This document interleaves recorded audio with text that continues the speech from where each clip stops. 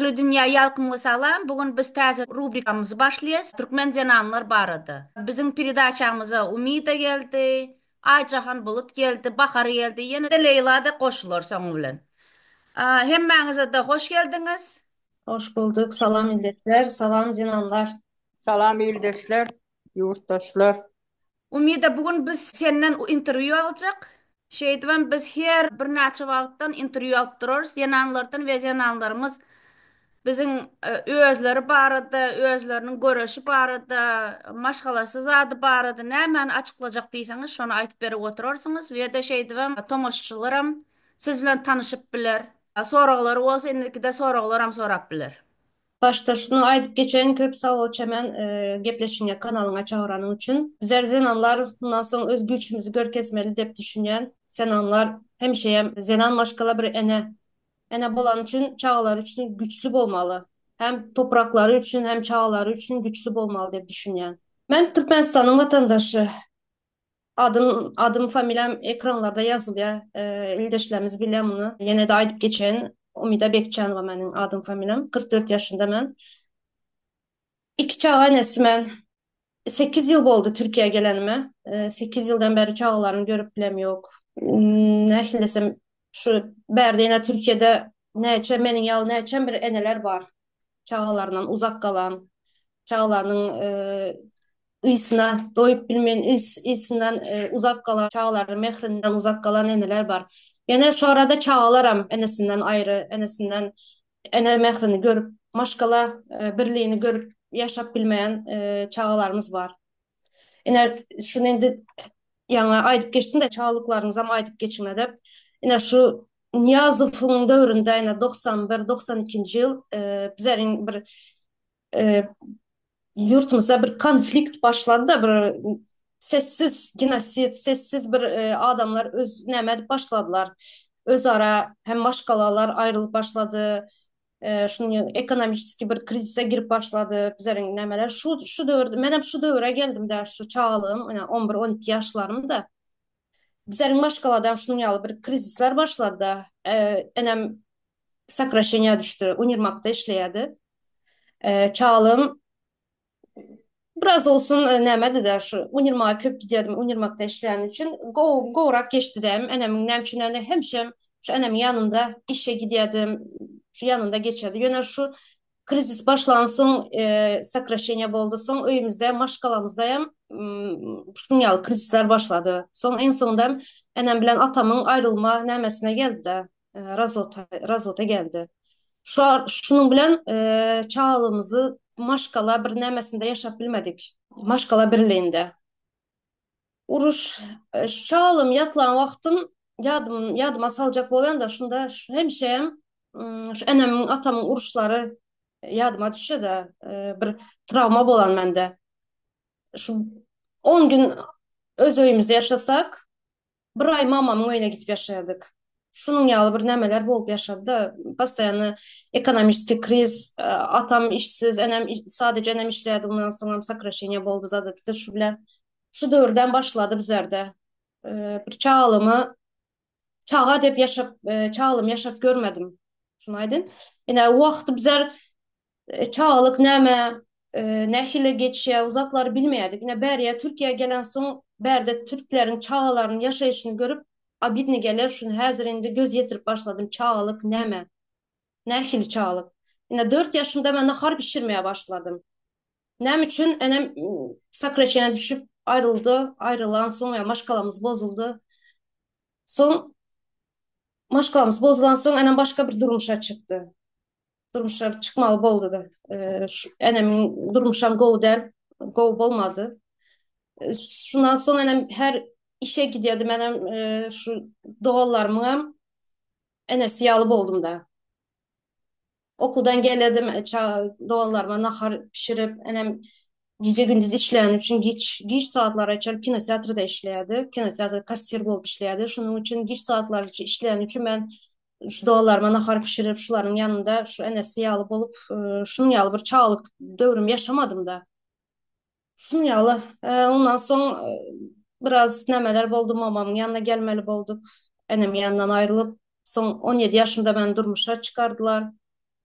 Mamamın yanında, dayımın, yengem yanında yaşayan vaxtımızda bir vaxtları bir serial vardı, yadınıza düşer Rabini Izavra. Ene şu mənim adım Rabini Izavradı. Şuların yanında xizmatkar bolup yaşayadım. Mamam baxırıngam gözü görməyədi də. Ene şu maşkala sevgisini görmən olaldık. Köpüsü şeyle. Bizde ne ideallar ayal durmuşa çıktı. Ondan sonra ne etmeli? Ne çıdamalı, çıdamlı bolmalı, yaşamalı, yeni bir zat etmeli deyip şeyle ayalın üstüne ne diyorlar? Maskaralacak olup. Ne sen Hı. uyat, sen yaman, sen yeni bir zat deyip. Senin görüşün ne ki şu zatları?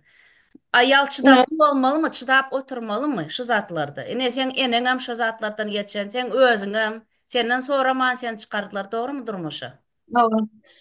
Durmuşa çıkardılar məni özümün dayımın oğluna çıkardılar. Öz qardaşımıza. Mənə 7 yaş ulu ağam deyip çağalıktan ağam deyip bilen adama durmuşa çıkardılar məni. 17 yaşında, 18 yaşında ne oldum? Ulu oğlumu 18 yaşında doğurdum. Benden soramadılar. Soradılar, ne soradılar? Şu durmuşa çıkar, barmalı sen de nəmətli aytdılar. Mənim çağa birinciden bir şeyle kız çağa bir gelin güne kime heveslendim bilmeyen neme heveslendim. Bir de şu öyden tizrak gitmeye heveslendim. Nem şimdi ben yankıyalı aydışmayalı hizmetkardım o öyde. Tizrak şu öyden gidin de. Yöne gidecek yerimden havarım yok. Ne hil öye git. Bilen daimim öye yöne. Bunun yalı bolar dep düşünmedim. Dört oğlanların öyinden iki gelin, benim bilen üç gelin. Hemmemiz bir öyde yaşayaz. Onu aytma, ben kıynalı zatlar aytma. Katı ağır günler yaşadım. Katı ağır. Uruşup geliyorduk. Mamamın öyüne gitmeye başka yerim yok. Mamamın öyüne geliyordum yine şuraya. Yine giden son izine kaçsam önkü alıp olmayan de neme bolsayam. Indi izinde çağaların var yanında. Sığmayan öyle. Mamam baxır aydadı. Nəmə bolsan sənin maşqalan sən yaşamalı, olmuşmalı şuydu. Şu ayda bir nəməsi var da, yəni bizlərin şu qarılarımızın şunyalı düşünceler, bizlərin şular bile olalarımız üçün şunyalı bolmalı dep biliyədik. Yəni aslında doğru deyil o. Yəni köyünə dəbdə sırları aydıp belə də öydən qayıtsan, yəni sənəm enen yalı boldu dep aydiyalar. Sen ben enem ayrılansın başka durmuşa çıkarsın sen hem şunun yağlı dep aydarlar. Sen onuşmalı ne mi bolsam sen onuşmalı şuydu. Yaşamalı sen şuydu. Kaynanan ne desem kaynatan ne desem sen çıdap oturmalı sesini çıkarmalı der. Şunun yağlı bir sözü vardı ne dört deval birinde irin birinde kan birinde bal sonunda yağ şunun yağlı en sonunda bir balını ne diyen çıdamalı dep şunu yalı aydiyadım. Benim yine sesimi çıkarmayayım, yine çağlarım alıp öyme kaydiyadım. Dayak yesemem, çıkarılıp boğulsamam yine izme kaydiyadım. Gelen sonam kaynanam yine geldi mi ben namus yalı dep şunu yalı bir mertebe deyedi de. Neme bolsam sesimi çıkarmayadım, çağlarım var. Neme bolsam çıdayın dep. Şunu yalı durmuşta yaşadım. 8 yıl şunu yalı durmuşta yaşadım. Sonunda erim çağlarımın atası Rusya kazancı dep gitti. Ondan sonra ne pul uğrattı bizlere ne özü geldi anırda öylenen bir bilen bir Rus bilen mi? Ana şunyalı iki çağa bilen sadece bir süründüm da kaynanamın öyünde sığmayan iki çağa bilen son atamın öyüne gittim. Atamın öyünde mi sığmadım. Son bir sani kvartirant tutmalı boldum bir öy bir komutalı iki çağa bilen bazara çıkan, bazarda hem soda yok. Nan yapıp satyan, nan hem satıp bilmem aylandırıp satıp. Şunun yalı köp azap, köp kıyınçılıklar gördüm. Ben onu köp gepleşiklerimde aydı verdim de. En Doğru. sonunda Türkiye'ye kaçmalı oldum. Hı hı. Sen hazır aytып berdin sen adamın, önkü adamın neme gitti, Rusya'ya gitti. Şeydim, kem-kemden birinciden kömegem vermedi, zaten etmedi. İkinciden hem, как говорится, уже başka bir nemeni tapıp özü oğam hakkı bardır oldurmuş etmeye. Her adamın hakkı var. Yani ne için ne şunyalık yerlerde erkekler doğru olup çıkıyor. Ayallar olsa günahlı olup çıkıyor. Bana şunu düşündürüp be sen şunu ayıp verip bilecek misin birazcık?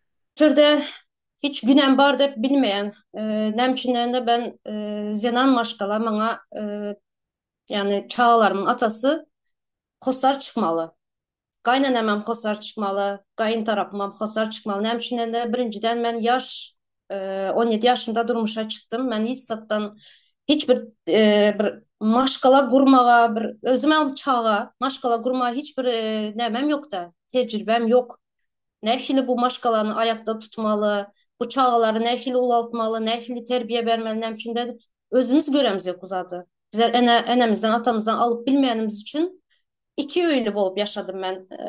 Ýa-ni aýdyp berdim çağa wagtym 10 gün özümüzün, yani atamın öýü dep aýdýam men. Näme üçin de özümün öýüm dep bilmeýän men şunu. Çünkü 10 gün atamın öýünde, bir ay mamamın öýünde şunu ýaly çağalymız boldy. Şunun için aýdyp bilmeýän. E, Hiç kim meniň yani yanımda поддержка beren yok. Ben bir özüm, näme etsem bir özüm şu iki çağa bilen näme etdim de kıyınçılıklar bolsam hiç kime bir döüm çörek soram yok. Öz hizmatım bilen özüm ayağa kaldım. Şu çağlarıma ulalttım özüm.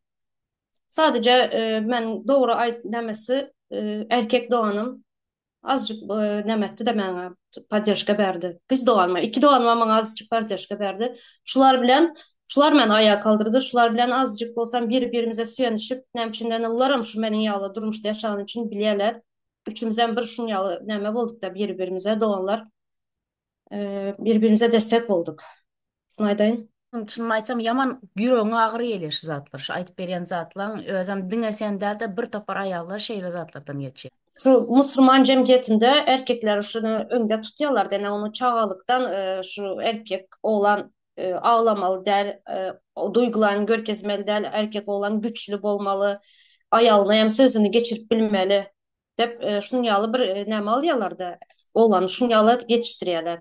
Ina misal üçin men özüm näme etsem men ýa aýtdym, men özümden 7 ýaş uly agam dep ulalan bilýän adamma durmuşa çykanym üçin men oňa aha dep näme diýen de sen dep gürleýärdim. Soň durmuşa çykan soň maňa siz de aýt dep meni zorlap kıynap başlady şunu ýaly dep. Men aýdyp bilmeýän men näme üçin çağalykdan öwrenip men sana sen dep aga dep. Men aýdyp bilmeýän de şunun üstüne men taýak ýedim. Hemşe taýak ýedim.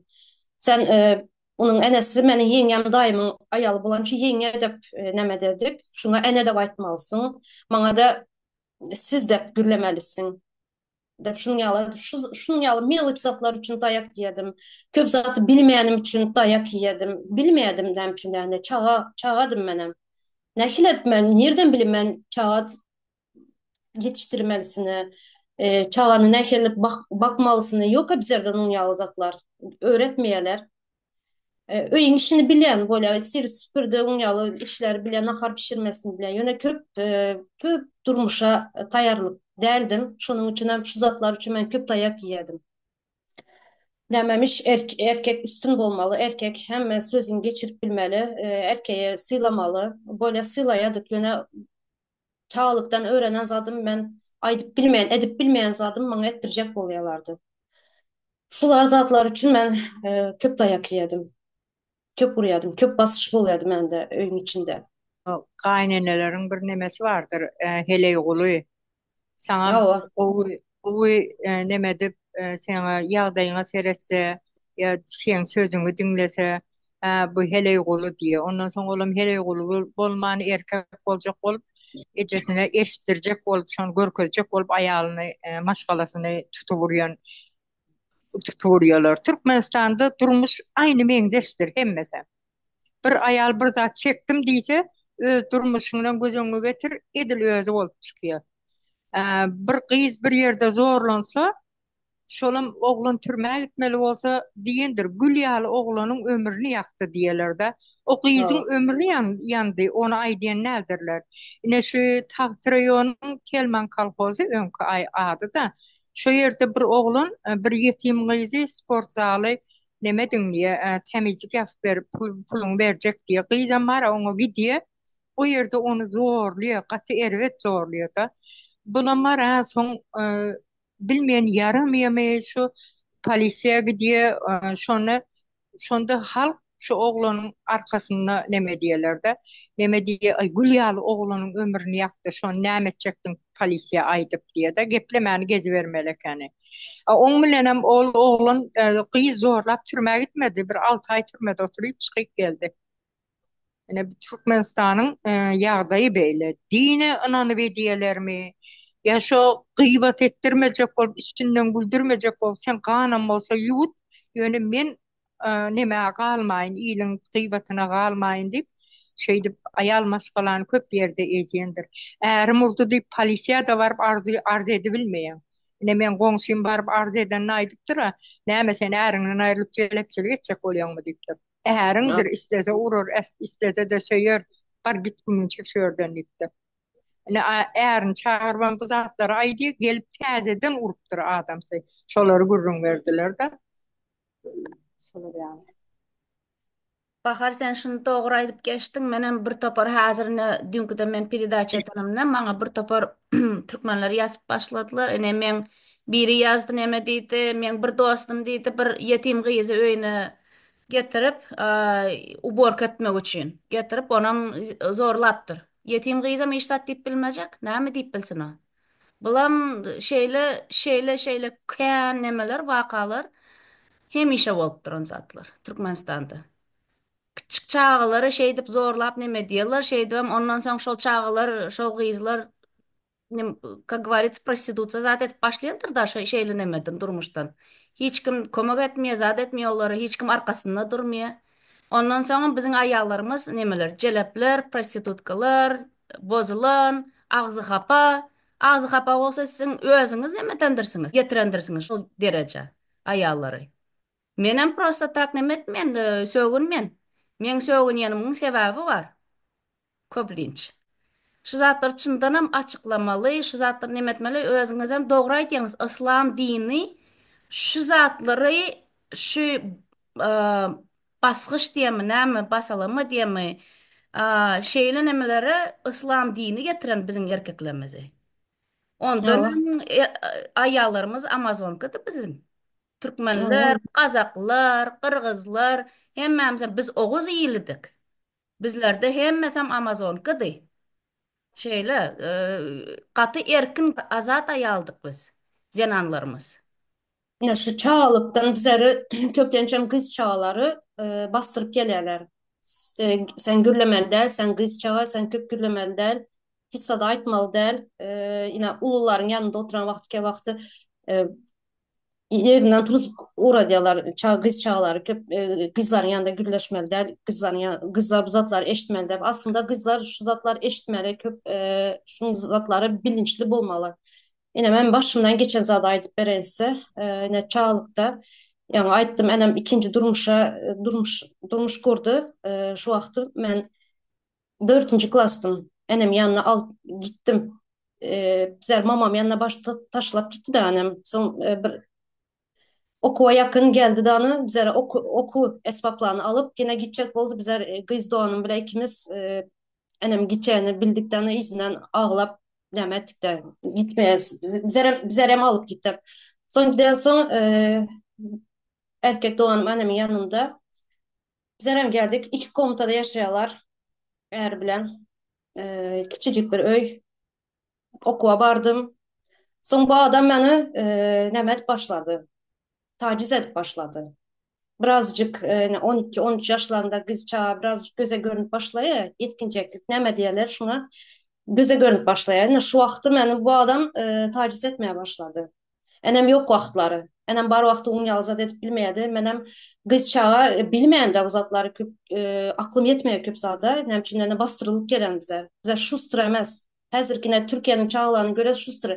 Bir yerine şu özel yerine dokunca diyecek olsam bu bizlerin özel yerimiz sen buna dokunamazsın diyeler demeye ama bize uzatlar öğretilmeyen için bize bilmeyiz şu zadı indi benim aklım yetişti şu vaxtlar şu adam beni taciz edecek bu an son eneme aydıp bilmeyedim de sadece ağlayadım şu adamdan ayrıl dep ağlay enem sebebini ayt dedi neme boldu sen bir zatlar ettin yok ben korkuyadım enemle kabuda men vinavat yalıdı şu adamın edip duran zatlarını hareketlerini men özümü vinovni ştat etiyordum şu adamdan ayrıl dep ağlayadım sadece en sonunda mamam bunu bildi mi bilmeyen şu dayımın oğlu gelip son bizleri alıp gitti mamam çustut etti şun yalı zat bolup duranını kızlarım boyu yetti dedi. Annesinin yanında kalmasın dedi o adamın yanında da. Bizim bizler yanına yine alıp kayıttı.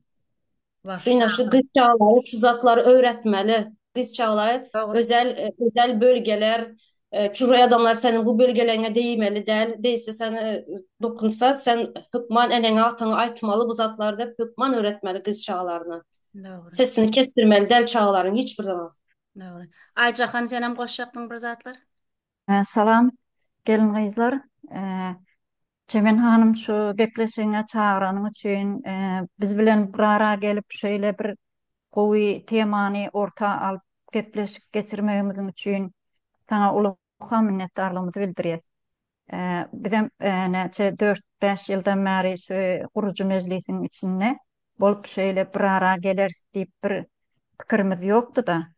Şoň üçin men gaty duýgulandım ýa-ni bu gepleşiňde. Gepleşiň temaňam özi agyr tema. Ýani şunkü gün biziň Türkmenistanyna, Türkmen zenanlarynyň başyna gelip duran bir hakyky başyna gelip duran bir wakalar da gürleşip oturanlar. Umidi Hanymyň başyna gelen nemeler esasy şu ýerde musulmançylygyň bir erwet tarapyny türkmenler özüne şeýle bir kanun ýaly etip alypdyrlar da şoň üçin mukadip düşünýän mene.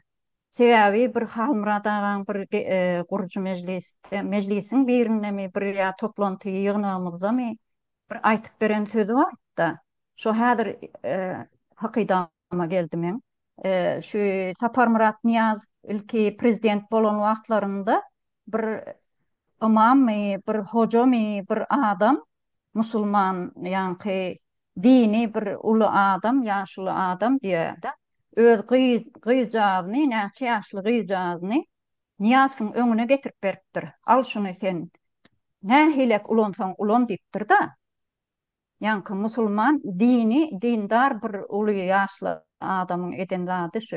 O tayda da näme? Bütün Türkmenistan'ın bir başına oturan adama sen öz çağın ne hille hödürläp bilersin. Öz içinden çıkan çağın, yüreğinden çıkan çağın ne hödürläp bilersin. Yine de şu yerde şu musulmançılığın erwet täsirinin ilki bizim şu neminman 30 yıl öňde ýerde şonu, şu bolan wakany. Bolan wakany halmyrada gurrun berdi şonu. Şu erwet zat iň ýa ümidanyň başyna gelen şu musulmançylyk da yine bizim dolanyp geljek sözümizin biri şu musulmançylykdan gelip çykýar şu zatlar. Näme üçin dinan maşgalany iň bir aşagty saklamaly. Dinan maşgalanyň mertebesi gaty pes bolmaly. Dinan maşgaly erkek näme diýse şonu etmeli. Hökman erkegini mysal üçin ýoldaşyny sen Hudaý ýaly görmeli diýelen düşünje bar ýani. İkinci Hudaý dep aýdýarlar ya, ikinci Hudaýdyr. Ha, şu nemede Türkmenistan'da bir neme vardır. Daş düşen yerine çıkan çiğilden daş diyendirler. Yukarıda bir Allah, yerde de äriň şeydi geplenýändir. Ömür boyu şeydi evinden basıla gelýär ayal gyzlarymyzyň. Hiç şikayet etjek dälsiň, äriňden taýak ýeseňem daşary çykarjak dälsiň. Şoň ýaly dine ananyp äriň uran ýeri, sen günäňem bolmasa hiç ýeli sebäpsiz ýere äriň ursa o dünýäde şo ýeri oda ýanmaýa dozakda. Ana şoň ýaly nemeler bilen dine anandyryp kemsidilmäne hemme zat bolsa diýişin sykyp çydamaga mejbur edýärler-de. Tamam. Şeýle terbiyelenen ayal gyzlarymyz, erkeklerimiz hem hele ugly bolmaly dälmi? Al başlady hele ugly bolmaga diýseler erkek boljak bolup ondan soň aýalyny urany ejesine bildirjek bolup has beter urup şeýdip erkek bolup alşanaklaşýar. Öýdip alşanaklaşmaly däl de sen watanyň gazan urup bilýän bolsaň ur komitetleri, polisiýalary hani gep gaýtar sen başymyzdaky oturan bir kanun gelen Berdi Muhammedovlere ine erkek diýilýär şonda. Watany üçin döşüni gerip ölümden hiç saatdan owadan depesinden yine bir merezinden gorkmany öňe çykana aýalam bolsa men erkek diýjek, erkegem bolsa ana şonda erkek diýilýär. Näme diýär erkekde güýç bar, aýalda da gaýrat. Biziň aýallarymyz gaty gaýratlydyr. Gerek bolsa bara urşa da gider, Näme zat bolsa gaýtmaz watan üçin. Ene şurada bizlerin cemiyette şunun ýaly bir näme bar da kız çağany öý işine köp öğrediýerler. Nämemiş durmuşa çıkan wagty öý işini bilmeli, nahar pişirmeni, şu öýde nähili işler bolsa bilmeli dep. Ýöne okamaga näme etmeýärler kız çağlary, gönikdirmeýärler. Näme üçin? Kız çağa hem ekonomik güçü bolmaly, özgürlüğü bolmaly, ayağının üstünde durmasını bilmeli. Ene yağı men aydıp geçtim ya, ben 17 yaşımda durmuşa çıkıp iki çağa bilen 20 yaşımda iki çağım vardı. Ben hiçbir ekonomik gücüm yoktu. Yani bir yola çıkıp bir zat çağlarım doktor alıp gitmeli bolsam kaynanamın eline karap durardım. Şu pul berse ben şu çağlarım doktor alıp gidip bilýän. Mende hiçbir gücüm yoktu, ekonomik gücüm yoktu. Şu kaynanam pul berse ya da şu çağlarım atası pul berse bir zatlar edip bilýän, daşara çıkıp bilýän, bir zatlar edip bilýän, ya ýesim gelen zatı alıp ýep bilýän, giýesim gelen zatı alıp giýip bilýän. Ina şunu ýalydy. Kız çağlara muşa çıkan öýü bakar, eğer bakar diýmeli däl hiç kaçanam. Şu bizlerde ina bu näme boldy? Niýasyň döwründe ina kızlar 9-njy klass etdiler. Men hem şularyň biri, 9 klass kutaryp elimde diplomam, näme attestatymam alıp bilemem. Näme üçin de 9 ýyl boldy, 8 kutaryp kaldym men şu wagty. 8 kutarsaň attestat berilmeýärken bizler aýna mekteplerde şu wagty direktor ýa mugallimlarymız ene sabraniýalar edip aýtmaly aslında şu zatlary. 8 kutaryp kalsalar attestat berilmeýärdi. Meniň ine 8 ýyl okanym boşuna gitdi. Attestat alamýok. Berilmeýärken şu wagtlary şu zatlary ene bilim ministrleri şu bilim taraftan näme üçin şu zatlar aýdylmady? Telewizorlarda aýtmaly, bildirmeli şu zatlar 8 kutar 8 bilen 9-dy. 8 kutaryp kalsaň attestat ýok diýen. Meniň ýaly näçem bir okuwçylar şu wagty 8 kutardy, şularyň hiçbirinde attestat ýok. Nämemiş ekran çıkıp Niýazow näme dedi şu wagtlary? Kız çağa okamak gerek ýok. Kız çağa durmuşa çıkar, äri bakar dediler. Hany? Ana erimizin bakany. Näme bolduk? Çağalar bilen ortada kaldık. Öz-özümüz baktık. Öz-özümüz ayağa kaldırdık. Üstümüzde iki çağa bilen. Halgaçan bakıp ýörüs. Näme üçin de çağalarıma men oku bilim berip bilmedim. Meniň güçüm finans tarapdan güçüm bolmagan üçin men çağalarıma okutup bilmedim. Hazır açalım men Türkmenistanyň ýagdaýy şuň ýaly bolan üçin hazır açalım men çağalarıma bakıp ýörün. Onuň hem çağalaryny men bakıp ýörün. Ine bizleriň gelen ýagdaýymız. Ine soňam ýaňa Bahar hanım gayratlı dediğiniz zenanlarımız. Näme Türkmenistanda sadece şu 5-6 sany zenan maşgalan mı? Bunun ýaly ağır günleri gören. Hani başka zenanlarımız? Ne için çıkıp gürlemeyeler? Gorkuyalar diyeler. Çağalarımız var, maşgalarımız var. Näme bizlerin çağalarımız çağa der mi? Näme bizlerin maşgalarımız maşgala der mi?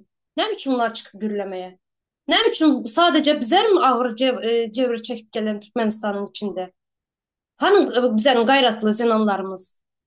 Ne için sessiz otursunuz? Näme öz topraklarımızda bizler ağır bunun ýaly zulmlar görüp gelýäs. Öz doğulan yerimiz, ene toprağımızda, yani doğulan toprağımızda, öz vatanımızda. Bunun ýaly ağır günler gördük. Häzirçe görüp ýörüs. Näme üçin bize sessiz oturmalı? Näme üçin bize sessiz kalmalı? Näme üçin bize çağalarımızdan ayrı kalmalı? Näme üçin bize maşgalamızdan, ene vatamızdan ayrı kalmalı? Näme sebepden? Näme üçin bizler gorkmalı? Näme üçin bizler adam bolup doğulduk? Adam bolup doğulandan bizlerin bu hakları alma hiç kimin hakkı yok. Hakkı yok hiç kimin. Umida men sen bilen bärde ılalaşyn. Bir zady goşjak şu ýerde näme üçin bir topar aýallar çykmay, ana bir näçesi çykdy. Bizni Türkmenýa biziň ýaýmysa nemeden de şonda bir topar çykdy. Ýöne näme boldy? Erkekler basyş etdiler. Erkekler diňe olara basyş ederek meňkilere basyş etdiler, maňa da basyş etdiler. Köpüsi çydap bilmedi. Köpüsi çydap bilmedi. O zatlara çydamly bolup bilmeýän sen erkeklerin basyşyny. Olar näme tarapdan basýarlar seni?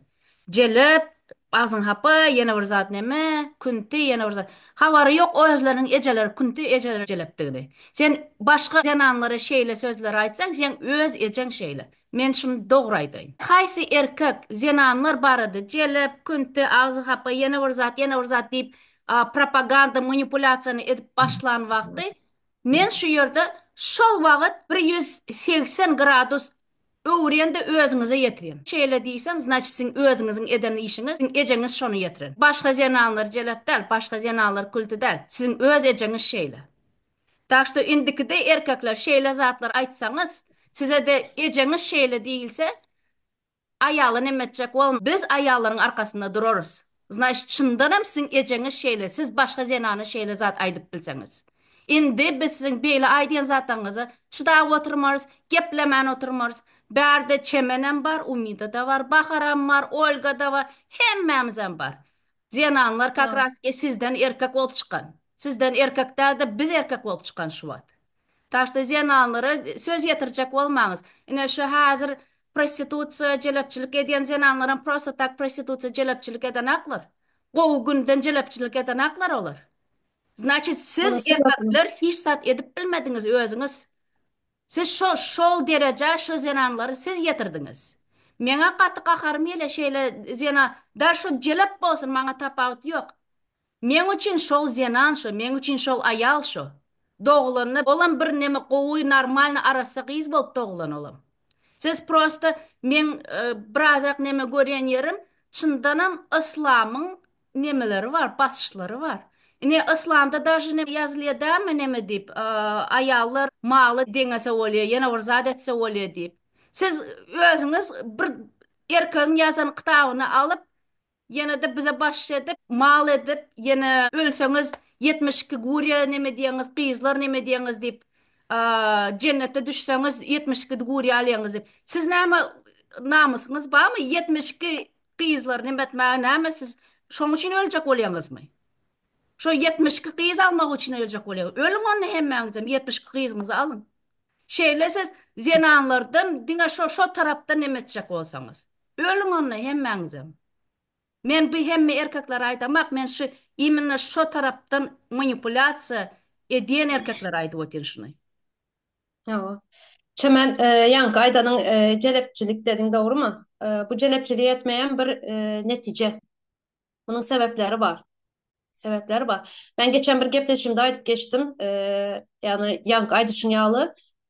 Kız çağda olan vakti tertemiz bolup doğuluyor. Bunu şu cemiyet, şu toplum şuna eltti, şuna alıp var ya. Şuna sebep et ya bu celepçiliği etmeye. Geçen aytdım. Her bir ene öz çağası üçün her şili role girip biler. Her şili maska giyip biler. Her zata başvurup biler. Nem Anam. için o ene o çağalar üçün her zat edip biler. Ben şunun için hiç kaçanam zenan maşkala bunun yanlış yollara giren, yanlış tarafa giden zenanları hiç kaçanam ayıplamayan zenanlarımız bizlerin başımızın tacı. Bizlerin zenan maşkala bir hem maşkalanın hem bir devletin direği. Ne için de ene çağana doğan şu yine şu değil desem azına şu oturan prezident yerlere goşadırnak içinde. Şundan bir ene doğan. Ene doğan yöne terbiye verip bilmeyen, yetiştirip bilmeyen. Salam yurttaşlar, salam kızlar.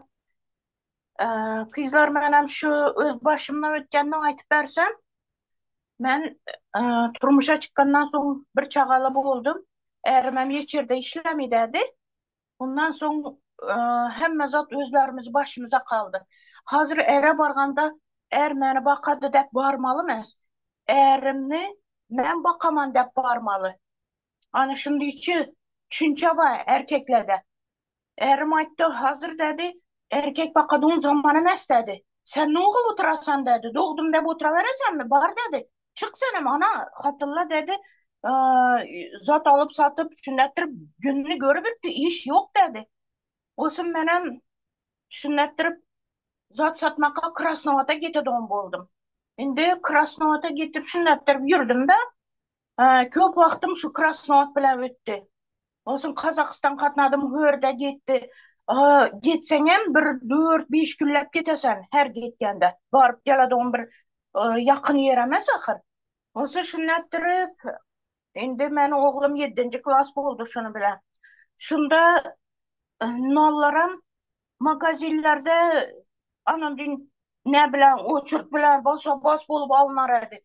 non almaka yağda yok idi. E, uruşup yakalaştı. O sınan 70 kalar idi. Dağından 4'te barıp durar edik magazinlere. Olsun ben yokmam çağım barıp bilmiydi. Olsun şu çağım ben 7. klas vaxtında nan yapmakını öğrendi. Nan yapıp tandıra şundaktirip gün gördü. E, Ana şimdi çağalarımız bizlere meniselere bizlere karagan idi. Bize e, yük alıp minsek poyza şunda ber pul deyip aytaradılar da olsun pul bermesen yok pulumun demin desen ese seni haltalarına hazır düşürtüremiz poyizdandan barlatamız içinde giroyin vardır belki sen şuna kitip batırgan sandı dep an şunday yeteredi poyizdan kalacak bu turşaradi yani şunday miliselerimiz hem eşek kana erkek bir de erkek mi bula hem meşki ürkek bu gitken bir gene mene erimemez şu başka ayal kızlarımızam şunday yangan bize bilen köp kızla katnadı. Anşularam şunu ettirip yığlap mineredi. Yanımda 10 mat pulum var edi. Şuna malık kaldılar dep minerediler. Şimdi ben taksıga nişetemen. O yüzden düşken son taksıga minisin ahır bazara içe. Ey anşın günlerini gördük. Yaman kıyın yağdayda geçti meni nelerim. Yani şu Türkiye'ye gelinçelli. Joy salıp başladık bir ne etip bir iki mat pul toplap. O joyımız 30 yıl kalıp gitti. 30 yıl. Yine ben şöyle Türkiye'ye gelip netip başlığından sonra indi bize devam ettirip bir az gana diklep koyduk ona. İçini döşedi nesi yok. Kol patalık yok. Prosto dikledik bu hani şu. İnişi yağday bizenin ayal kızlarımız. Şundadan ses vermeydiler. Ses vermeydiler. Ne için erme iş yok. Ne için oğul bağalarımıza iş yok deyip ses çıkarmaydılar. Şimdi nelerimiz hem baba ayallarımız, ayal kızlarımız. Lakin hazır 10 erkeke dengeledi 10 ayallarımız var aramızda. 10 erkeke. Şimdi güçlü bol gitti hazır ayal kızlarımız. Ne için desek halta arkaladı. Şunu bilen güçlü boldu. Korkmaydı on boldular. Ana şunu aytın devedim yine daha izin devam ettiremiz Ali Çemen Hanım. Oladı Leyla, sağ olun. Leyla Tanrı yalqasın sağ olsun. Katı doğru ayttın bu zatları köp gepler vermeli, aydı vermeli. Indi şu nemani peridaçanı bizimle şunlanım tamamlalı. Hoşçak zatım menin pikirimçe en birinci heykeli Türkmen ayalları koymalı. Türkmen ayalları diyenimle de dine Türkmen milletin ayal değil. Ya bizim hemmemizem Türkmen. Tapavut yok sen Özbek, Kırgız, Kazak, Tacik, tamam, Ukrayna yana bir zatlı. Hemmemizin Türkmen ayallar. Ne şu ayalların hemmesine de heykel koymalı.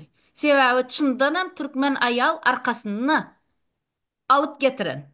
Hemme şu yurdu, şu çağaları, şu zatları Oladı başanın. sağ olun. Hı hı.